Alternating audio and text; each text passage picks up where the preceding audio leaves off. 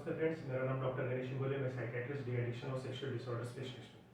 आज के वीडियो में हम बात करेंगे कि अगर आप शराब छोड़ने की सोच रहे हैं तो आपको कितना खर्चा आ सकता है। तो अगर आप शराब के खर्चे के बारे में सोच रहे हैं तो आपको सबसे पहले समझना चाहिए कि अगर आप शराब पी रहे हैं तो आपका कितना खर्चा हो रहा है। देखिए, अगर आप शराब पी रहे हैं, सपोज आप 1 पैक 2 पैक पी रहे हैं, तो सिर्फ 1 या 2 पैक ये आपका खर्चा नहीं है। इसके साथ जो अकम्पनीड कॉस्ट आ रही है, इसको आपको समझना पड़ेगा। शराब पीने की वजह से क्या होता है कि आपको शराब की जो मात्रा है धीरे धीरे बढ़ जाती है। तो डेफिनेटली अगर आप 1,000-2,000 रुपये की महीने की शराब पी रहे हैं तो आगे चल के भी ये इतना ही नहीं रहेगा, इसका खर्चा बढ़ते बढ़ते जाएगा। आपका 1 पैक 2 पैक 3 पैक 4 पैक ऐसे हो सकते हैं जो आपका खर्चा डबल ट्रिपल हो सकता है। तो ये तो हो गया सिर्फ शराब का खर्चा। लेकिन अकम्पनीड कॉस्ट क्या होती है?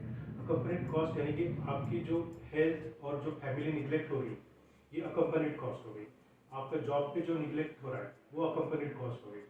यानी कि अगर हेल्थ के बारे में सोचे तो आपका लीवर खराब हो रहा है, आपकी किडनी खराब हो रही है, आपका ब्रेन खराब हो रहा है, आपको आगे चल के मेंटल डिसऑर्डर्स हो सकती है, यानी कि जैसे अल्कोहलिक साइकोसिस हो गया, अल्कोहल डिपेंडेंस सिंड्रोम हो गया, ये सारी चीज़ें हो सकती है।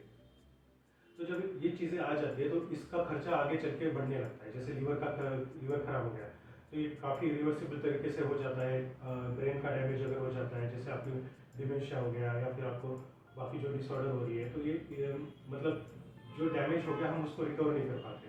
तो जैसे अगर गाड़ी चल रही है और गाड़ी में कोई डैमेज हो गया तो हम टायर चेंज कर देते हैं, थोड़ा बहुत खर्चा निकाल देते हैं, खर्चा कर देते हैं, लेकिन गाड़ी तो ठीक नहीं होती, वो डैमेज ही रहती है। तो ऐसे ही आपकी बॉडी हमेशा के लिए डैमेज रहती है और धीरे धीरे खराब होती जाती है।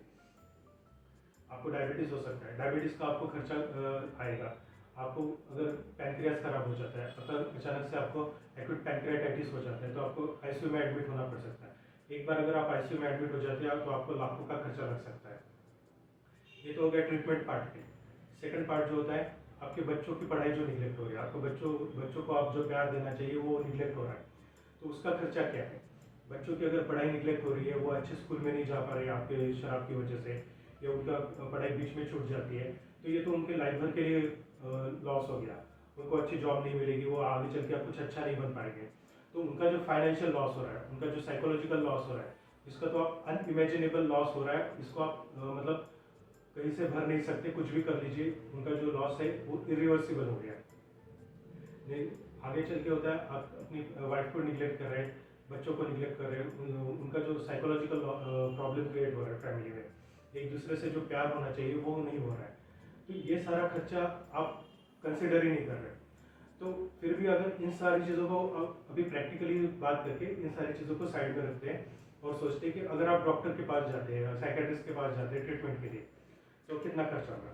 जैसे ये डिपेंड करता है आप किस लेवल पे है, यानी कि आपकी अल्कोहल डिपेंडेंस किस लेवल पे है। आपका ओपीडी पे ट्रीटमेंट हो सकता है या फिर आपको एडमिट करना पड़ सकता है, आपके बाकी के ऑर्गन डैमेज हुए या नहीं हुए।